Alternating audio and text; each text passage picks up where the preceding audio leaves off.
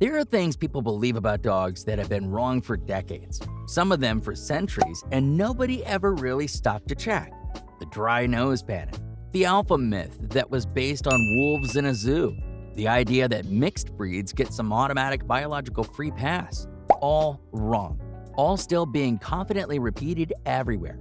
So we're going through 9 lies about dogs that almost everyone still believes, and a few of them are doing real damage. Number 1. Old dogs can't learn new tricks. 500 years.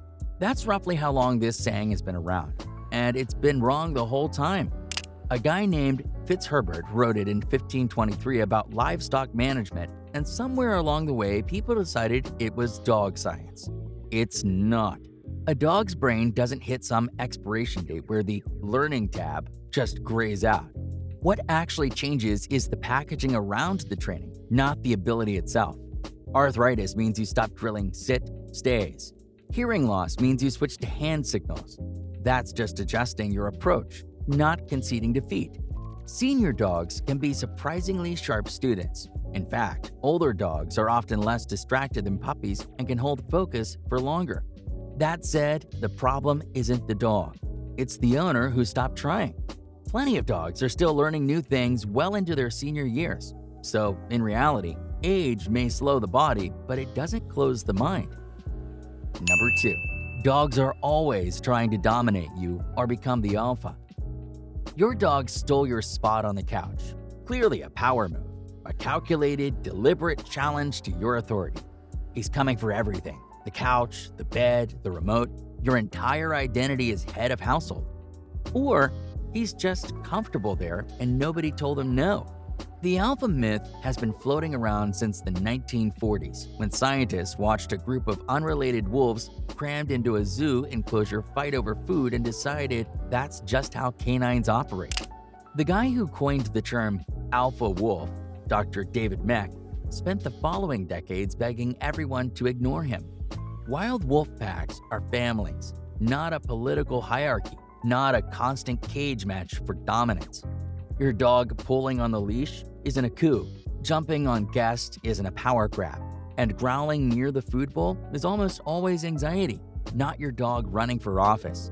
The real problem with this myth isn't just that it's wrong, it's that it points you at completely the wrong solution every single time.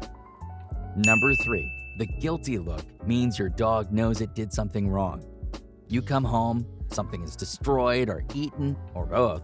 You look at your dog looks at you. Ears back, head low, eyes wide and soft, tail doing that slow, uncertain wag that says absolutely nothing good happened while you were gone. And you think he knows. He doesn't. Alexandra Horowitz ran the study on this in 2009. Dogs showed the guilty look most strongly when their owners scolded them, regardless of whether the dog had actually done anything wrong. Owners who were told their dog ate a treat when the dog hadn't touched it still saw the look when they walked in ready to scold. What you're actually seeing is appeasement behavior. Ears back, body low, soft eyes. That's your dog reading your face, clocking that you're upset and trying to de-escalate. It's social intelligence, not moral awareness. Your dog isn't sitting in a quiet room for 4 hours reflecting on what he did to the couch. He's just a very good reader of your face. The guilt was never his. It was always yours, reflected back at you. Number 4. 1 dog year equals 7 human years. Think about what that formula actually means. A 2-year-old dog, barely out of puppyhood, still destroying furniture, absolutely unhinged, is supposedly the equivalent of a 14-year-old kid. But most 2-year-old dogs are fully sexually mature, physically developed, and done with the fastest growth phase of their entire life. 14 doesn't cover it. Researchers at UC San Diego mapped dog aging against human aging using actual DNA, biological clocks embedded in the genome itself. What they found is that dogs age explosively fast early on, then slow way down. A 1-year-old dog is closer to a 30-year-old human. By 2, they're around 42. After that, the curve flattens out significantly. The 1 to 7 rule came from someone dividing average human lifespan by average dog lifespan and calling it a day. That's not biology.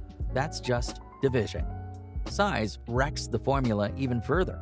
For example, a Great Dane is genuinely old at 7, whereas a Chihuahua at 7 is still running laps around the house at midnight for no reason.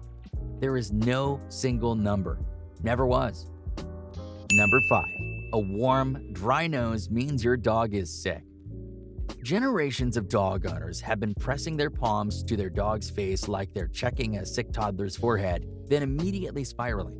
The nose thing is one of those myths that sounds so logical it never gets questioned. Cold and wet means healthy.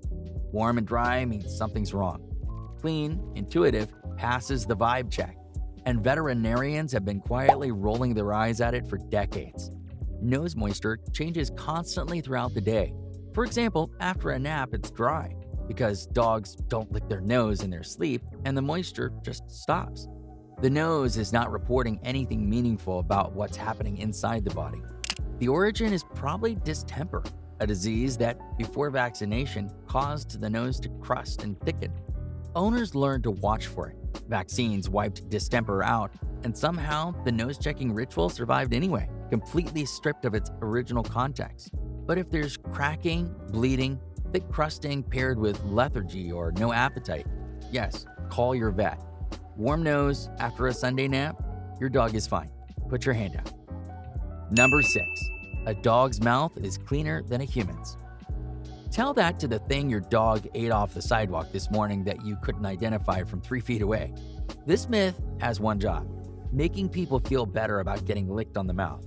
And it has been widely successful at that job despite having essentially no scientific backing. Dog mouths and human mouths carry completely different bacterial ecosystems. Different species, different behavior, different everything. In fact, cleaner isn't even the right framework. You can't compare them any more than you can rank which puddle is more hydrating. Where it probably started is actually somewhat reasonable. Most oral bacteria are species specific, so the stuff in your dog's mouth largely can't survive in yours. That's a real thing. But low cross-contamination risk somehow got passed down the generations as basically sterile, which is a remarkable reinterpretation given that dogs use their mouths the way raccoons use their hands.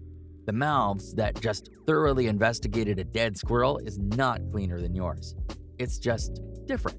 Significantly, memorably different. Number 7. Mixed breed dogs are automatically happier than pure breeds. Rescue culture needed an argument, and this one fit perfectly. Shelters are overcrowded, certain breeders are genuinely irresponsible, and mutts are biologically superior, is a clean, shareable talking point that makes the decision feel scientific. So it spread everywhere. It's now repeated with total confidence by people who have never looked at a single study. However, a study covered by the AKC found no blanket health advantage for mixed breeds. 0. Outcomes tracked to the individual dog, its specific genetic hand, diet, vet care. That's it. There's a real kernel buried in here. Mixed breeds do sidestep conditions that emerge when you breed the same gene pool tightly enough for long enough. The recessive problems that eventually run out of places to hide. Bulldogs that can't structurally breathe. Hips that fail on a predictable schedule. That part is legitimate, but cancer doesn't check papers. Heart disease doesn't either. They show up in mutts consistently at rates that would make a lot of very confident people at rescue fundraisers go suddenly quiet. The mutt isn't healthier because it's a mutt. That's just a story that was useful to tell. Number 8. Dogs only see in black and white. Whoever started this one really sold it. For decades, people have been looking at their dogs, staring intensely at nothing in the corner of the room and thinking, imagine experiencing this world with no color. Just gray forever. Deeply sad. Completely wrong. Dogs see color, not the full human range. They're missing the receptors for red and green, which puts them somewhere in the range of a person with red-green color blindness. Blues and yellows come through clearly. So the world isn't black and white. It's just a different palette, which actually explains some things. For example, why your dog loses interest in a red toy the second it lands on green grass. To them, it basically disappears. The myth probably survives so long because dogs have other visual limitations that are real. People collapsed all of that into they can't see color, and it stuck. gray, and joyless? It is not. Number 9. A wagging tail means a happy dog. This one gets people bitten. Not metaphorically, literally. Someone sees a wagging tail, reads it as a green light, reaches toward a dog they don't know, and the dog snaps. The tail was going the whole time. Tail wagging signals arousal. The nervous system is activated. Something has the dog's attention. Happy is one version of that. Tense, conflicted, overstimulated, and about to react are also versions of that. The research on this is specific enough to be genuinely useful. The tail wagging more to the right tends to indicate positive states. More to the left tends to indicate stress or negative arousal. Speed matters too. A loose, wide wag that moves the whole back half of the body is a different conversation than a stiff, fast, tight wag sitting high on the spine. That one is not an invitation. That one you respect from a distance. However, the tail is just one data point.